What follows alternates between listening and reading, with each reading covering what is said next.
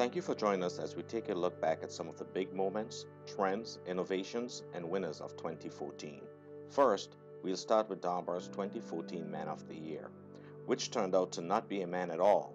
Our pick for 2014 was the computer.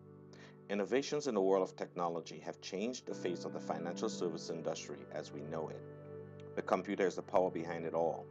From website innovations to electronic communications, everything is coming up digital, and we have a front seat to the action. What was on our radar in 2014? Also known as Generation Y, this group of young adults has caught the attention of the financial services industry. As baby boomers begin to exit the workplace and enjoy retirement, millennials are becoming the next wave of investors, and many firms are preparing themselves. Throughout 2014, various firms conducted research on the behaviors and habits of this new investing generation and have adopted innovative ways of connecting with them based on what they found. We saw firms create sales materials specifically targeted at millennials, while others adopted technology as a direct response to millennial behavior, such as video conferencing. If 2013 was all about mobile optimization, 2014 and beyond is all about mobile responsiveness. Firms are increasingly opting for larger, simpler website designs in lieu of the overcrowded, information-heavy designs of yesteryear. Firms such as Emeritus and ICMA opted to deliver responsive sites as opposed to exclusive mobile-optimized websites. With this increase in responsive design, the need for firms to provide dedicated mobile site links and prompts decreases, resulting in an improved user experience as well as more consistent visuals across all fronts. Sites are also embracing big design elements, such as parallax scrolling, where the foreground of the website moves at a different pace than the background, creating more depth. Once a feature to avoid, vertical scrolling has become a growing trend, as users no longer find it cumbersome to scroll vertically through a website, due in large part to larger designs and increased mobile implementation. Throughout 2014, we noticed some interesting and creative apps that were released. Among the most notable were Union Bank's UB app and Merrill Edge Face Retirement app. UB focuses on improving children's savings habits with the use of virtual money, while Face Retirement from Merrill Edge implements 3D technology in order to create lifelike images showing all changes one may face in retirement. We are constantly looking for new and different, and we certainly found that with these firms. During 2014, we noticed that more firms, regardless of the audiences they served, promoted their mobile app offerings. This was seen on all digital fronts: desktop promoting mobile apps on home pages and in banners, mobile sites promoting apps prior to displaying content on screen, and even cross-app promotion. In 2014, we saw a huge industry-wide social media effort. Firms that hadn't yet explored the vast universe of social media jumped into the mix, while those that have been there since the start continue to build upon their presence. 2014 marked a first for professional websites, as a trio of firms permitted advisors to use social media login credentials to gain access to password-protected tools and content. While this has been a growing trend for a while outside the financial services industry, we are beginning to see more firms giving users another option for accessing advisor-only content. Social media is heading down a visual route, with users being drawn more to images and videos rather than text-only posts. We'll be expecting much more of that in 2015. In 2014, we saw a rise in financial services companies leveraging their service centers to generate leads for sales teams. We also saw changes in regulations and innovations in technology, which led to an increase in the number of firms allowing call center reps to work from home. With recent changes to the ERISA regulatory landscape and more anticipated changes on the horizon, firms in the retirement industry have heightened their focus on compliance and due diligence.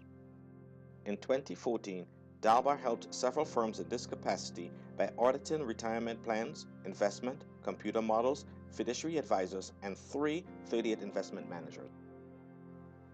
While there were many people, places, things, and ideas that we noticed in 2014, there were a few that stuck out from the pack. Edward Jones introduced a brilliant industry-leading addition to their investor statement entitled Your Financial Foundation. This feature includes clients' goals, goal details, risk tolerance, and the date of the previous portfolio and goal reviews. This section helps de-emphasize the short-term ups and downs and establishes the need to regularly review the portfolio and make changes if warranted. Most firms will agree their goal when developing the advertising campaign is to create something that would leave a lasting impact on their audience.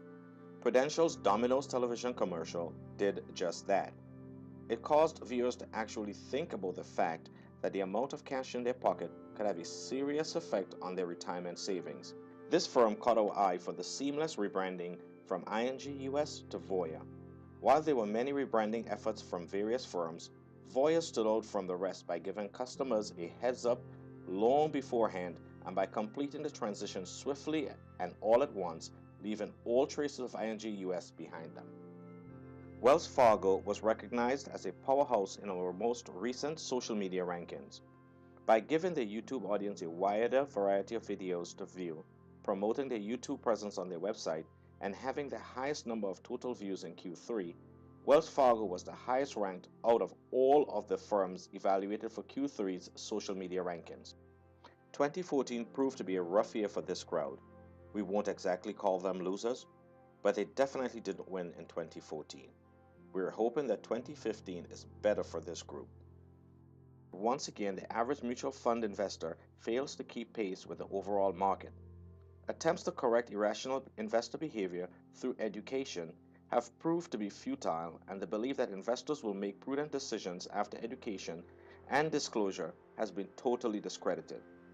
Instead of teaching, financial professionals should look to implement practices that influence the investor's focus and expectations in ways that lead to more prudent investment decisions.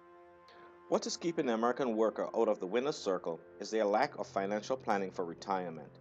Nearly 40% of American workers don't have access to a retirement plan, and those that do aren't taking full advantage of saving. MYRA, or My Retirement Account, was set up in an attempt to give Americans who are less likely to save for retirement an incentive to start saving. By offering credits and an easy way to contribute, it was assumed that people would jump right in. Not many people are taking the bait, and the ones that are really aren't taking full advantage. At the end of 2014, FINRA decided to slap a lawsuit on a financial firm that wasn't sending confirms to all clients because of a glitch in the system. Over the course of almost a decade, nearly 400,000 transactions went without having a confirm sent, and almost no one seemed to notice. We say no harm, no foul, while FINRA says fork it over. Thank you again for joining us as we journey through 2014. We are looking forward to what 2015 brings, and we'll be sure to share our thoughts on that next year.